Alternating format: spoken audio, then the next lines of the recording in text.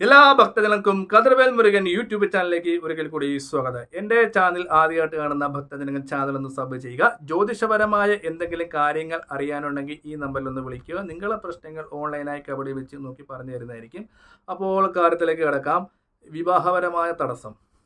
വിവാഹ തടസ്സം നേരിടുന്നവർക്ക് പെട്ടെന്നായിട്ടുള്ള ഒരു പരിഹാരമുണ്ട്. അതായത് നമുക്ക് താമര കൊണ്ട് ഗണപതി ക്ഷേത്രത്തിൽ പോയി, അതായത് ഈ ഒരു പരിഹാരം ഈ മാട്രിമോണിയിലൊക്കെ കൊടുത്തിട്ടും ഒട്ടും ആലോചനകൾ വരുന്നില്ല. നമ്മുടെ നമ്പരും കാര്യങ്ങളൊക്കെ ബ്രോക്കർമാർക്കൊക്കെ കൊടുത്തു, പക്ഷെ ആലോചനകളൊന്നും വരുന്നില്ല. ആ ഒരു തടസ്സം നേരിടുന്നവർക്ക് താമര കൊണ്ട്, അതായത് 1-2 താമര കൊണ്ട്, താമര കിട്ടിയില്ലെങ്കിൽ നമുക്ക് ഈ ഒരു പറയുന്ന കാര്യം മുക്കുറ്റി കൊണ്ട് ചെയ്യുന്നതാണ്. മുക്കുറ്റിയോ താമരയോ ഉപയോഗിച്ച് ഗണപതി ഇരിക്കുന്ന ഗണപതി ക്ഷേത്രത്തിൽ ചെയ്യുവാണെങ്കിൽ വളരെ അധികം ഉത്തമമായി.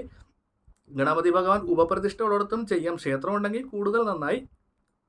ഒന്നെങ്കിൽ മുക്കുറ്റിയോ താമര കൊണ്ട് ജഗമോഹന ഗണപതി മന്ത്രം കൊണ്ട് അർച്ചന ചെയ്തു തരാൻ തിരുമേനിയോട് പ്രത്യേകം പറയണം. ഒന്നെങ്കിൽ മുക്കുറ്റിയാണെങ്കിൽ 11-21 മുക്കുറ്റി, താമരയാണെങ്കിൽ 3 താമര മതി. ആ 3 താമര നമ്മൾ എന്ത് ചെയ്യണം, അടർത്തി എടുത്തിട്ട് ജഗമോഹന മന്ത്രം കൊണ്ട് ഗണപതി ഭഗവാന് അർച്ചന ചെയ്തു തരാൻ ജഗമോഹന ഗണപതി മന്ത്രം കൊണ്ട് അർച്ചന ചെയ്തു തരാൻ പറയണം. ജഗമോഹന ഗണപതി മന്ത്രം കൊണ്ട് അർച്ചന ചെയ്ത് തരാൻ പറയണം. വിവാഹപരമായി, അതായത് മാട്രിമോണിയിലും ബ്രോക്കർമാർക്കും നമ്മുടെ നമ്പർ കൊടുത്തിട്ട് നമുക്ക് നല്ല രീതിയിൽ നല്ല ബന്ധങ്ങൾ കിട്ടുന്നില്ല, ഇല്ലെങ്കിൽ ആലോചനകൾ സെറ്റ് ആകുന്നില്ല, ആ ഒരു തടസ്സം മാറാൻ വേണ്ടിയാണ് നമ്മൾ ശരിക്കും പറഞ്ഞാൽ ഗണപതി ക്ഷേത്രത്തിൽ മുക്കുറ്റിയോ താമര കൊണ്ട് ജഗമോഹന മന്ത്ര ഗണപതി അർച്ചന ചെയ്യുന്നത്. ജഗമോഹന ഗണേശ മന്ത്ര അർച്ചന.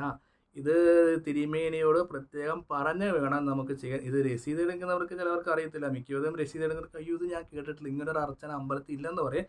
അതേസമയം നിങ്ങൾ അവിടെ നിൽക്കുന്ന ശാന്തിക്കാരനെ കണ്ടിട്ട് ജഗമോഹന ഗണപതി മന്ത്ര അർച്ചന എന്ന് പറഞ്ഞ് നമ്മൾ രസീത് എടുക്കുക. ഈ ഒരു കാര്യം ചെയ്യുമ്പോഴത്തേക്ക് തടസ്സങ്ങൾ മാറും. അതായത് നമ്മൾ മാട്രിമോണിയിലും ബ്രോക്കർമാർക്കും നമ്മുടെ നമ്പർ കൊടുത്തിട്ടുണ്ട്, നമ്മൾ രജിസ്റ്റർ ചെയ്തിട്ട് നല്ല ആലോചനകളൊന്നും വരില്ല. അവർക്ക് ഏറെ ഗുണകരമാകുന്ന ഒരു അർച്ചനയാണ് ജഗമോഹന ഗണപതി മന്ത്ര അർച്ചന. ഇത് ഗണപതി ക്ഷേത്രത്തിൽ ചെയ്യാമെങ്കിൽ വളരെയധികം ഉത്തമം, ഇല്ലെങ്കിൽ ഉപപ്രതിഷ്ഠ ഉള്ളിടത്തും ചെയ്യാം. ഇത് ഒന്നെങ്കിൽ മുക്കുറ്റി കൊണ്ടോ ഇല്ലെങ്കിൽ അതേപോലെ തന്നെ താമര കൊണ്ടോ ചെയ്യുക. ഇത് രണ്ടും വശ്യമാണ്. മുക്കുറ്റിയും വശ്യമാണ്, അതേപോലെ തന്നെ താമരയും വശ്യമാണ്. നമ്മൾ വശ്യപൂജകൾക്ക് കൂടുതലും തടസ്സങ്ങൾ നീങ്ങാനുമാണ് മുക്കുറ്റിയും അതേപോലെ തന്നെ താമരയൊക്കെ ഉപയോഗിക്കുന്നത്. അപ്പോൾ ഇതും രണ്ടും കൂടെ കൊണ്ട് ചെയ്യുവാണെങ്കിൽ കൂടുതൽ നമുക്ക് പവർ ഉണ്ടാകും. ഇത് ഭക്തജനങ്ങൾ വിവാഹ തടസ്സം നേരിടുന്നവരുടെ പേർക്ക് തന്നെ ചെയ്യണം. അവരുടെ ഫുൾ പേരും വീട്ടുപേരും വെച്ച് ഇത് ചെയ്യാൻ പ്രത്യേകം പറയണം. അല്ലാതെ ഉണ്ണി ഉത്രം എന്ന് പറയുമ്പം പല ഉണ്ണിമാരും ഉണ്ടാകും അല്ലേ, മിക്കവരും ചെയ്യുന്ന ഉണ്ണി ഉത്രം, ഏതുണ്ണി ഏതുത്രം.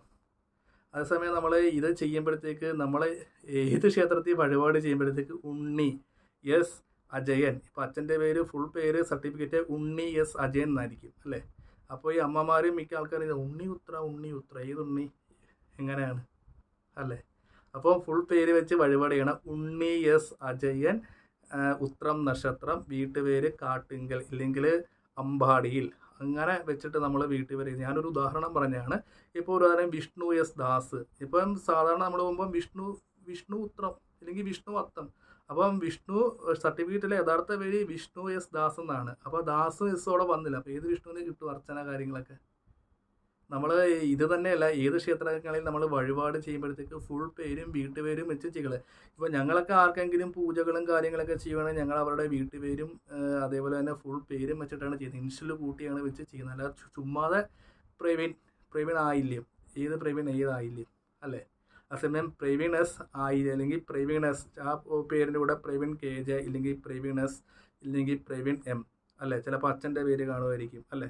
അപ്പം പ്രവീൺ എസ് ആയില്യം, വീട്ടുപേര് അഞ്ചാലമ്മൂട് ഇല്ലെങ്കിൽ കൊച്ചുവെളിയിൽ, പ്രവീൺ എസ് ആയില്യം കൊച്ചുവെളി. അപ്പോൾ ഈ ഒരു കാര്യം ചെയ്യുമ്പോഴത്തേക്ക് നമ്മുടെ വീട്ടുപേരും ഫുൾ പേരും വെച്ച് തിരുമേനിയോട് ചെയ്തു തരാൻ പ്രത്യേകം പറയണം. ഒന്നും കൂടെ പറയണം, ജഗമോഹന ഗണപതി മന്ത്രം കൊണ്ട് അർച്ചന ചെയ്യുക. താമരയോ മുക്കുറ്റി നമ്മുടെ ഫുൾ പേര് വെച്ചിട്ട് വേണം നമ്മൾ ഈ പറയുന്ന കാര്യങ്ങൾ ചെയ്യാൻ. ഇത് വശ്യമാണ്.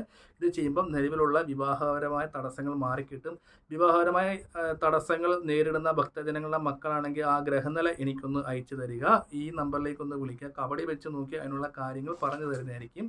അപ്പോൾ വഴിപാടുകളൊക്കെ ഫുൾ പേരിലും വീട്ടുപേരിലും ഒക്കെ ചെയ്യുക. എന്തെങ്കിലും അറിയാനുണ്ടെങ്കിൽ ഈ നമ്പറിലൊന്ന് വിളിച്ചു.